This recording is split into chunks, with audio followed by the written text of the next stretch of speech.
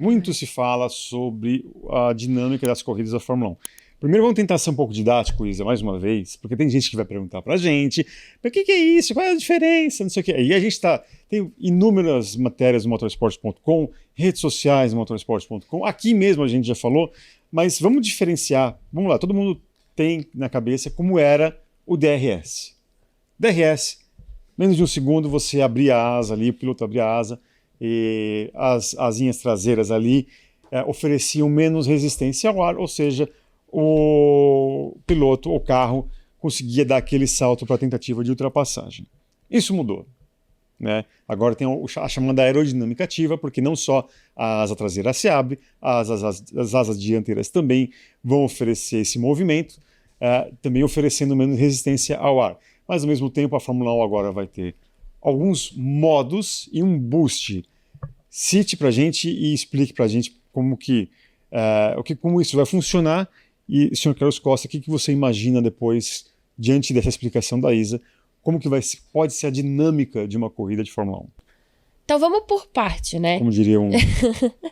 Porque até a gente vai ter também algumas referências gráficas na pista, por exemplo, para ver todos esses modos, né? Porque são áreas em que você pode ativar os modos. Então, o modo reta, a asa traseira e a asa dianteira, elas vão se abrir. E aí o carro vai ter menos arrasto nas retas. E todas as retas. Todas as retas, mas elas têm os pontos de ativação. Sim, sim. O modo curva é o contrário disso. Entrou na curva, saiu da zona de ativação, ela fecha para o carro ter mais arrasto, ter mais equilíbrio nas curvas. E automaticamente, quando se fecha essas asas, automaticamente ele entra no modo curva. No modo curva, exato. Ele fecha sozinho. Saiu do modo reta, fechou, entrou no modo curva para o carro ter mais estabilidade. Porque com a ausência, né, do efeito solo, esse carro ele é menos equilibrado, ele sai um pouco mais nas curvas. Tem menos downforce. Tem menos downforce, exato. Então, eles fizeram esses modos para que o carro tenha, então, diferentes níveis de arrasto para poder manter ou não esse equilíbrio. E só para pegar o pessoal que não tem o conhecimento de aerodinâmica, como já um fã mais hardcore, o downforce é a força descendente, a força do carro para baixo. Se você... Você pode fazer um teste na sua... Aliás, não faça esse teste. Sair numa estrada, por exemplo, pega uma tampa de... Até com a mão dá pra fazer. Tampa de Tupperware ali, você bota ali, você fica com a tampa na vertical, você vai sentir a força do vento. E se você faz assim, você vai perceber que você não tem resistência. É basicamente esse princípio. Se você tem mais asa e na mais vertical possível, a tendência é que o carro fique mais para o chão. Exato. E é bom a gente destacar que quando a pista estiver molhada, o carro pode, às vezes, entrar nos dois modos ao mesmo tempo. Então, uma asa fechada e uma aberta. Para poder manter ali um pouco de downforce, um pouco de equilíbrio, mas ao mesmo tempo, sem um pouco de arrasto. A gente vai precisar ver como vai funcionar direito na prática, mas existe essa possibilidade. Então, o DRS aí. Exato. Então, esse é o modo reta e o modo curva, né? Perfeito. Que tem a ver, está relacionado aí com a aerodinâmica ativa. O modo ultrapassagem, que a gente vai ver na pista... Lembrando, o modo reta vai estar lá um SM, que é do Straight Mode. E aí a gente tem o modo ultrapassagem, que vai ter o Overtake Mode, que então vai estar um OT ali, ou um OM. Acho que é um OT, se eu não me engano. Tá. Overtake. Exato. Aí vai ter um OT graficamente, ali onde tinha o DRS, entra o OT na parte gráfica. E aí, o que acontece? Não é mais o DRS. Abriu, ultrapassou. Você ainda precisa estar a pelo menos 1 segundo de distância do carro à frente, né? De quem você está perseguindo. Só que o que acontece? Quando você aperta o botão de modo ultrapassagem, você vai ganhar uma ativação ali de 0,5 joules, microjoules, né? De energia, megajoules, obrigada. De energia para você poder fazer a ultrapassagem. Mas como que isso funciona? O que acontece? O modo elétrico, né, ali a parte elétrica do motor do carro, quando chega a 290 quilômetros, ele começa a reduzir a potência do motor elétrico. Quando você ativa esse modo ultrapassagem, você pode chegar a 337 quilômetros antes dessa redução começar a acontecer. Então, o carro que vai ultrapassar, ele ganha mais potência a partir do momento em que ele leva mais tempo para a potência começar a reduzir. Só para diferenciar também, como se fosse o modo ultrapassagem, é como se fosse DRS, só que não é ativado aerodinamicamente, é pelo motor elétrico. Exato.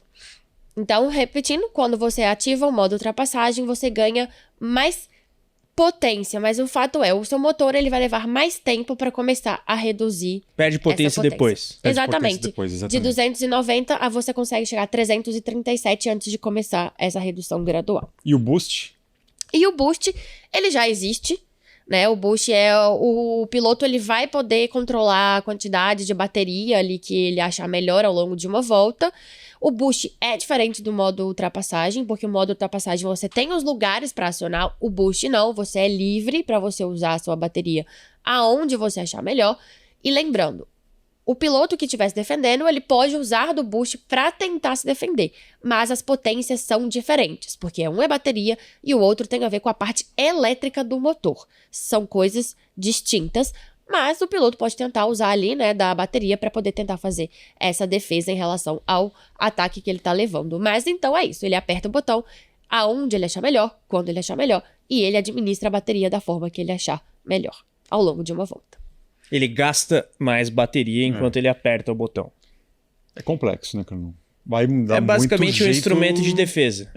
Mas assim... O boost, no caso, não muda quase nada. Não, é a mesma coisa, já Muda acontece. Só Já que acontece. agora... O gerenciamento da bateria. Que Exato. acontecia quando a gente tinha aquele gráfico também, geralmente quando tinha uma perseguição ali, Sim. às vezes nem, assim, boa parte das vezes você tinha um gráfico ali da transmissão, o nível de bateria que cada piloto tem. E a gente viu como o Verstappen sabia fazer esse gerenciamento muito bem. Isso, e o de ultrapassagem é você ter um decréscimo de potência de energia elétrica mais tarde. Exatamente. Basicamente isso. É isso. Mas como que a gente imagina Seu que... gás acaba mais tarde. É basicamente isso aí.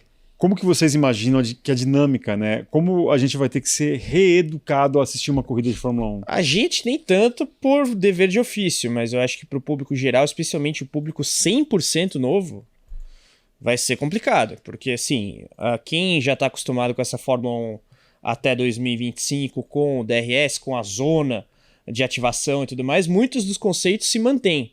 A diferença é como isso é aplicado.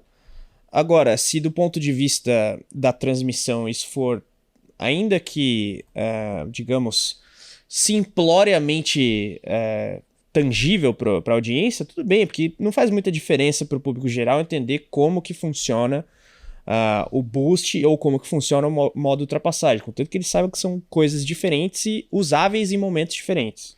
Então vai ter que ser algo... Eu acho que a Fórmula 1 tem que ser muito simples na maneira de comunicar isso. Didático. E quem tiver um interesse maior para saber como é que funciona, quantos megajoules são de diferença, por quanto tempo, aí vai ter que pesquisar e aí vai chegar no motorsport.com e todas as outras fontes de conhecimento. É que visualmente só vai ser possível ver a aerodinâmica ativa em funcionamento. O resto, se não tiver um gráfico, a gente não vai conseguir perceber numa transmissão o que está sendo usado, por exemplo. Claro que a bateria a gente sabe que tem a parte da recuperação, porque pisca a luzinha, né, na parte traseira do carro, mas se o piloto apertou ou não o modo ultrapassagem, a gente não vai saber se não tiver um gráfico, porque não é visível. Eu, inclusive, só colocaria o gráfico de ultrapassagem. Eu também. O botão de ultrapassagem, né? Nem o boost eu colocaria. Acionou Porque o botão de o ultrapassagem reta, pronto. o reta e o curva depende da pista. Vai ser pra todo mundo. É igual pra todo mundo. E dá pra ver, né? A gente vai ver a asinha. É melhor não ter essa informação. Porque senão vai confundir muito. Vai confundir muito. Como deve ter gente que está assistindo a gente que já deve estar confusa. E é confuso mesmo. Desde o início. Muita coisa.